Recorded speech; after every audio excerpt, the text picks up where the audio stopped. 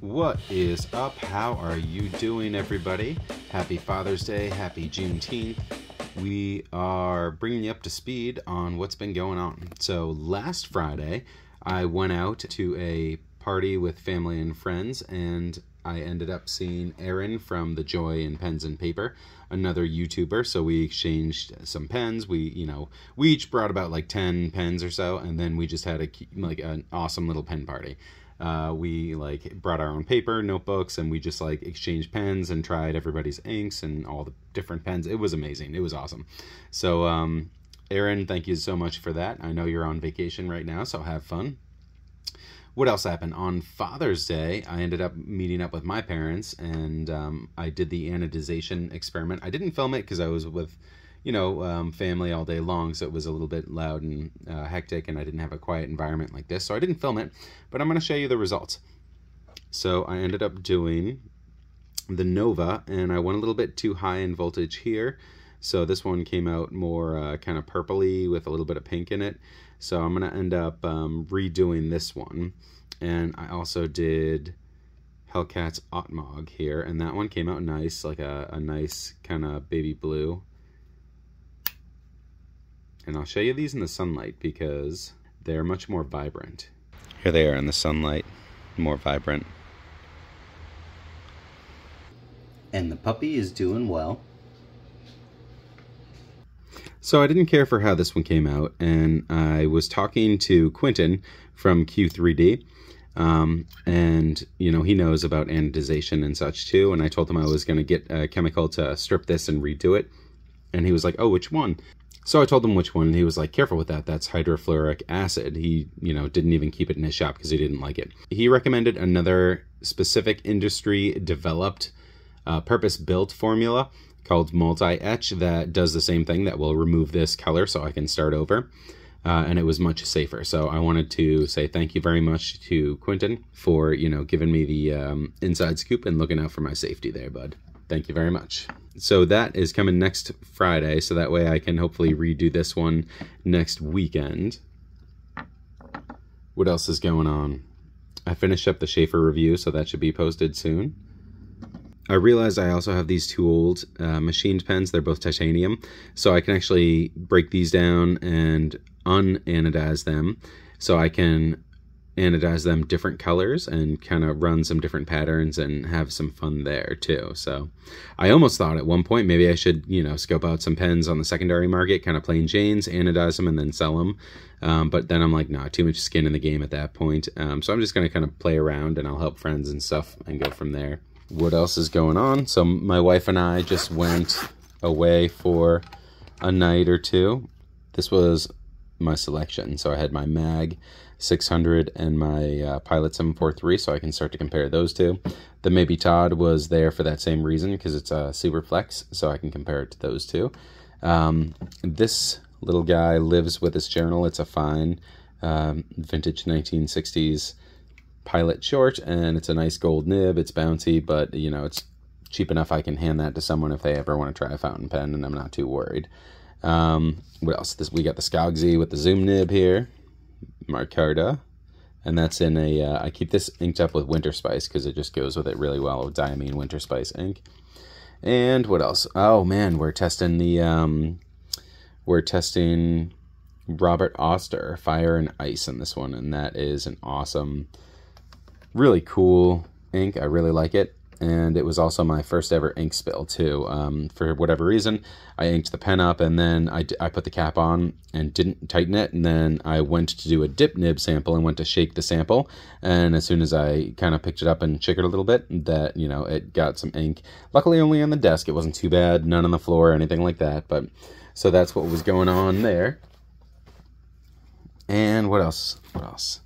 Now we are gonna delve. I wanted to attempt something.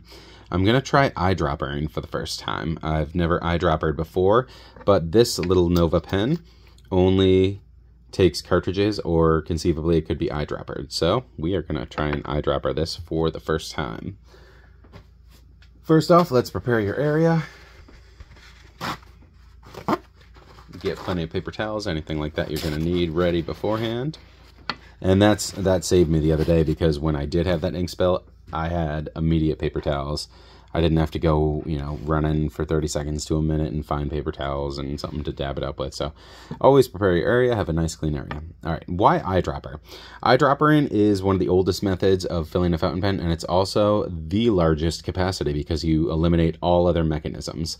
So largest capacity, the concept here is we are just going to put grease, or an O-ring if we had one that would fit, around all the threads, so that will kind of secure our ink.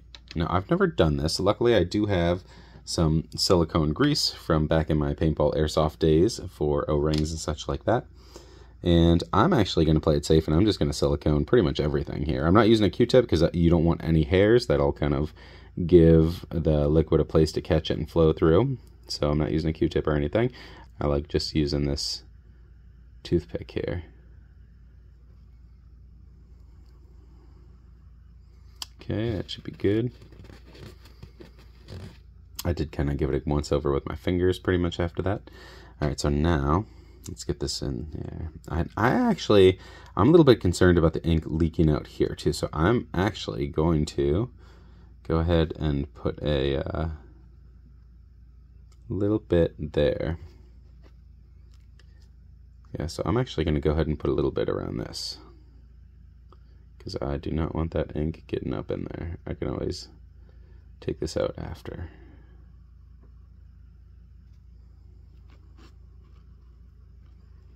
Okay. All right, I think we're good.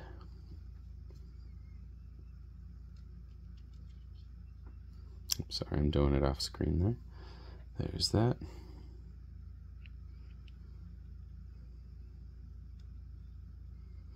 Counter thread in. All right, I think we should be good there. Double check our alignment. Yep, we're good. Now comes the fun, not so fun part. All right, so conceivably, I'm just going to go ahead and get all our grease ready on this side, because once our other part is inked up, I don't want to have to put it down, because I can't at that point. Now I'm going to be really generous here, because I do not want to leak, and I do not have an O-ring. So I'm just kind of rubbing this on kind of everywhere.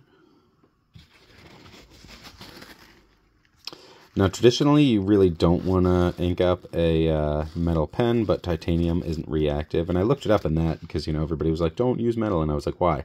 So apparently it's just because you don't want the ink to interact with the metals, like, you know, bronze, brass, things like that would change the pH. They would alter the ink, you know, properties, and, you know, possibly, you know, oxidize or rust whatever metal is in there. So titanium doesn't really have those worries, so I'm not as worried there. All right, and that's pretty generous. So I'm pretty good there. All right, now I'm going to go ahead and River of Fire. I'm going to go ahead and use up a sample and just go with it. Diamine Ruby Blue, huh? Maybe we'll do that one. All right, I think I'm going to try this Diamine Ruby Blue here and give it a go, and this is going to be my sample. All right, now you could eyedropper this, which is where they got the name of it, but because I'm just going to try and do this actually, just because it's easier. Oop. Uh-oh, that might have been a bit too much, but that might be perfect. All right, and so I've got it right up to about here. And you got to leave some space for the threads, obviously. I'm actually going to go ahead and double grease this. So I'm actually going to put just a little bit of grease on these threads too. Now, from what I watched, and I'm not going to do this again, I'm going to cap that immediately. From what I watched on how to do this, the eyedropper method, you're going to put this one in, and you're going to go a couple turns, but then you don't finish it until you turn it upside down and then go. And that's going to kind of prime your, yep, there you go, you saw, because you know how to cap air pocket, and then you condense it, so that's going to push out ink and prime everything for you. So that's how you prime on this method. Cool. Alrighty, I think we're good. We'll wipe off the excess. Now I'm really curious to see what happens. I've never eyedroppered before.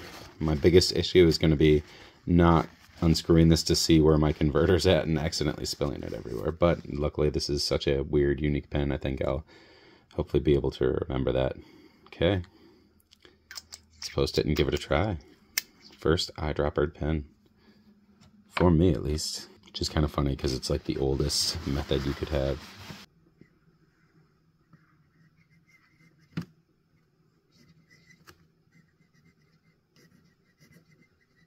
So smooth, nice and bouncy, titanium nib, bouncier than stainless steel.